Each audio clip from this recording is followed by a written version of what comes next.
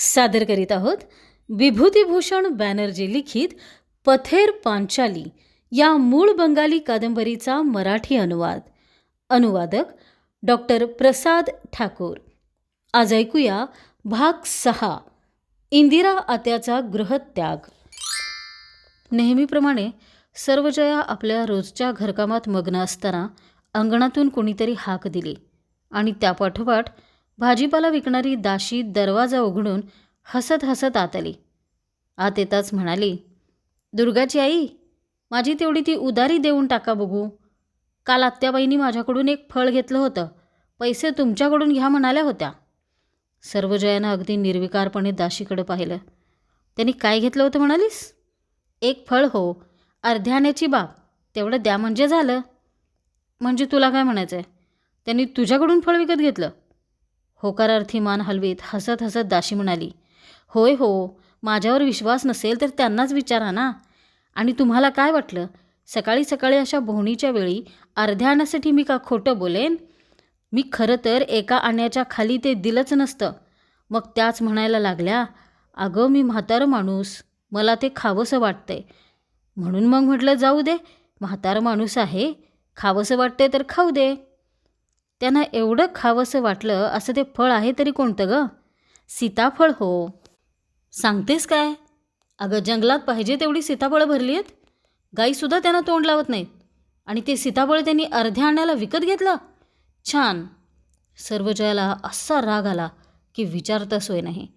तेवढ्यात तिची नजर अंगणातून येणाऱ्या इंदिरा आत्यावर पडली आणि मग तिच्या रागाचा पारा असा चढला की इंदिरा आत्यावर एकदम कडाडून कोसळत ती ओरडली, आता फळं विकत घेऊन खाण्यापर्यंत तुमची मजल गेली तर? आमचं अन्न गिळताय तेवढं पुरेसं नाही का? निदान आमच्या पैशांचा तरी विचार करा.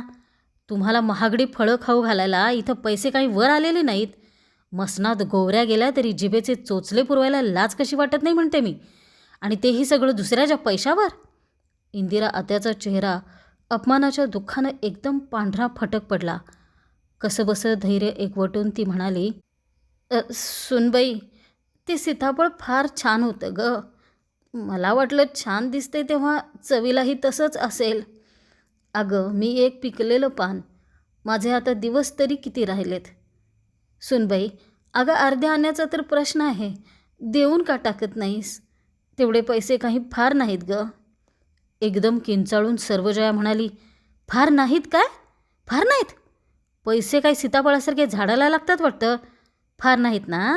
मग उचला तुमची ती भांडीकुंडी, जाऊन गहाण ठेवा कुठेतरी आणि द्या त्या दाशीचे पैसे. आणि आता तुमचं चंबू गबाळा आवरा, निघा या घरातून.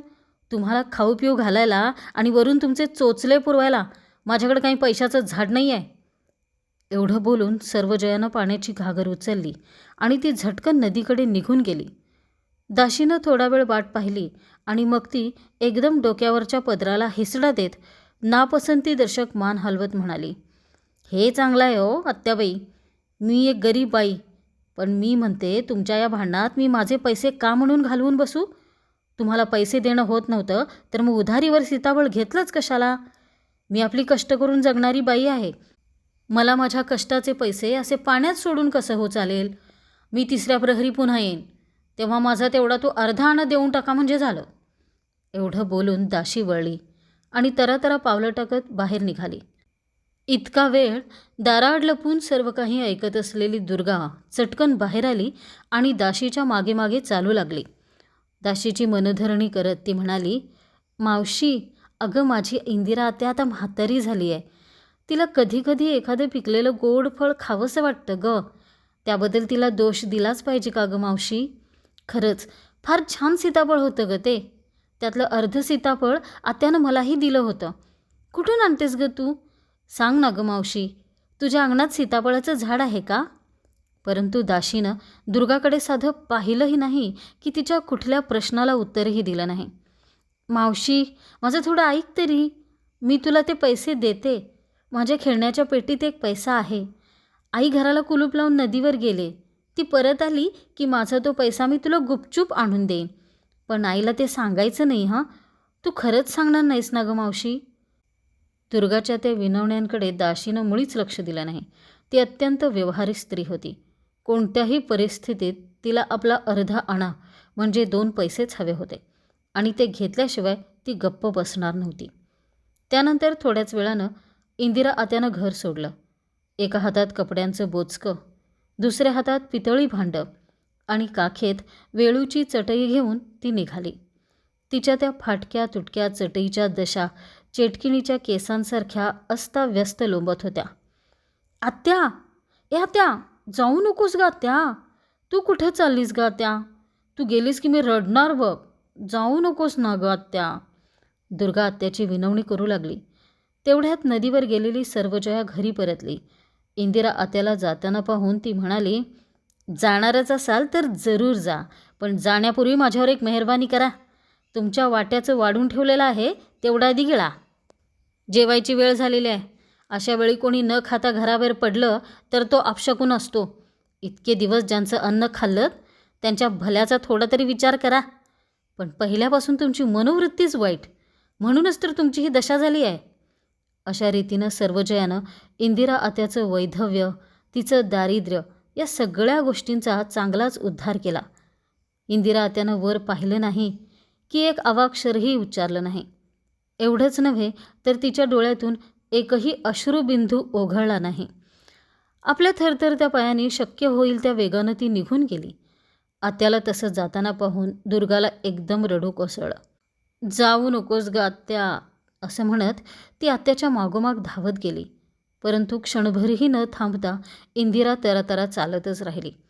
घोषाल यांची घरं जवळ आल्यावर तिचा वेग थोडा मंदावला. तिथं ती नवीन घोषाल यांच्या घरी गेली. इंदिरा आत्याची गोष्ट ऐकून नवीन घोषालच्या बायकोला एवढं आश्चर्य वाटलं की तिनं चक्क तोंडात बोटं घातली. एकदम पदराला हिसडा देऊन तो सारखा करत ती म्हणाली, बाई गं, असं कधी ऐकलं नव्हतं की पाहिलं नव्हतं. असू द्या आत्याबाई, तुम्ही असं करा, आजपासून इथंच राहा आमच्याजवळ. नवीन घोषाल यांच्या घरी कसेबसे 2 महिने काढल्यानंतर आत्याबाईंच्या लक्षात आलं की या लोकांना आपला चांगलाच कंटाळा आलाय. त्यामुळे तिनं आपला मुक्काम 3 कोरी घोषाल यांच्याकडे हलवला. थोड्याच दिवसात तिथंही तिला तोच अनुभव आला. म्हणून ती चक्रवर्ती यांच्याकडे गेली आणि अशा रीतीनं ओळखीच्या लोकांकडे थोडे थोडे दिवस राहून तिनं जवळपास ग्रामप्रदक्षिणाच पूर्ण केली. शेवटी काय, घरोघरी मातीच्या चुली. जाईल तिथं आत्याबाईंना तोच अनुभव यायचा. सुरुवातीला मोठ्या सहानुभूतीनं बोलणाऱ्या त्या लोकांचं वागणं हळूहळू बदलत जायचं. इंदिरा आत्या त्यांना नकोशी वाटू लागायची. प्रत्येकजण तिला सर्वजयाशी झालेलं भांडण विसरून घरी परत जायचा सल्ला द्यायचा. एका घरातून दुसऱ्या घरी जाताना आत्याला सारखं वाटायचं, कुणीतरी मला बोलवायला येईल, निदान काही ना काही निरोप तरी येईलच येईल. तिला वाटायचं कदाचित उद्या हरिहरच मला घ्यायला येईल, नाहीतर तो कुणाला तरी निश्चितच पाठवेल. परंतु अनेक महिने उलटले तरी कोणी आलं नाही की कसला निरोपही आला नाही. एवढेच नव्हे तर तिची लाडकी दुर्गासुद्धा तिला भेटायला आली नाही. आत्या आपली मनाची समजूत घालत राहायची, नाहीतरी आपलं घर इथून बरंच लांब आहे, तेव्हा लहानशी दुर्गा इतक्या लांब एकटी येणार तरी कशी. 1-2दा आत्या मोठ्या आशेनं मुद्दामच हरिहरच्या घराजवळून फिरकलीसुद्धा, पण तिची लाडकी दुर्गा तिला दिसलीसुद्धा नाही. निदान ती डोळ्याला तरी दिसावी या आशेनं ती थोडा वेळ तिथं रेंगाळली, पण तिची तेवढीही इच्छा पूर्ण झाली नाही. शेवटी इंदिरा आत्याच्या पुरतं लक्षात आलं की कोणीही माणूस फार काळ दुसऱ्याच्या घरी राहू शकत नाही. ती जिथं राहिली तिथल्या लोकांनीही हेच बोलून दाखवलं होतं. शेवटी असं ठरलं की इंदिरा आत्यानं एका गुराखी स्त्रीच्या सध्या मोकळ्या असलेल्या झोपडीत राहावं आणि आसपासच्या लोकांनी तिला जेवण वगैरे पुरवावं. सुरुवातीला काही दिवस फार उत्तम चाललं. आत्याला थोडंफार अन्न द्यायला कोणालाही तशी फारशी अडचण नव्हतीच. जो तो सहानुभूतीने तिला मदत करायचा. परंतु कालांतराने सहानुभूतीचा हा ओघ आटत चालला. इंदिरा आत्या बेचारी वेळूबनाजवळच्या त्या झोपडीत एकाकी अवस्थेत पडून असायची. तशा एकाकी अवस्थेत ती सतत मनातल्या मनात दुर्गाची आणि अपूबाळाची आठवण काढत राहायची. मनातल्या मनात म्हणायची, का म्हणून मी घर सोडलं असेल बरं, मेला एवढा संताप तरी का म्हणून.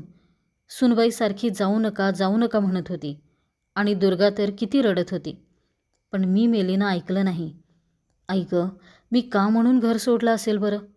असे विचार मनात येताच आत्याच्या खोल गेलेल्या गालांवरून नकळत दुःखाश्रू ओघळू लागत. दिवस असेच उलटत राहिले. इंदिरा आत्या बिचारी एकटीच पश्चाताप करत राहायची. तशातही कुणीतरी यायचं आणि सर्वजया काय म्हणते ते ऐकून जायचं.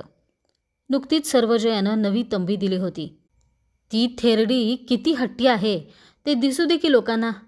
तिला आमच्या भल्याबुऱ्याची काळजी नसेल तर आम्ही तरी तिची का म्हणून काळजी करायची. झालं ते खूप झालं. मी खूप सहन केलं. आता तिला पुन्हा या घरात पाय ठेवू देणार नाही.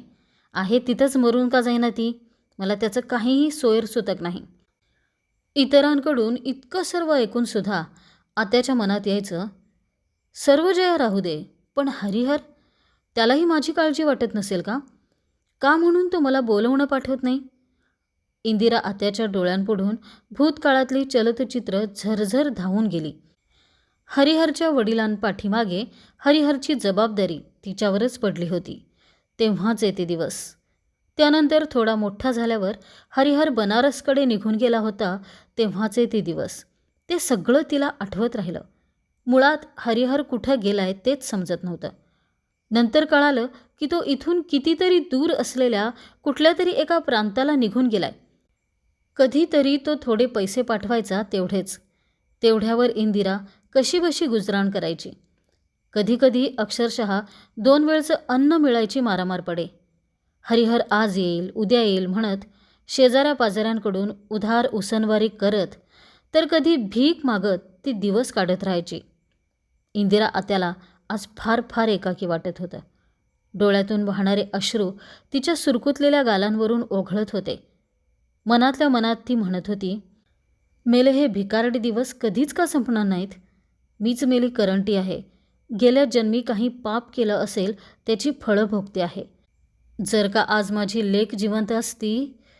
आज पुन्हा एकदा लेकीची आठवण येताच इंदिरा आत्या दुःखाच्या तळाशी जणू खोल खोल बुडून गेली.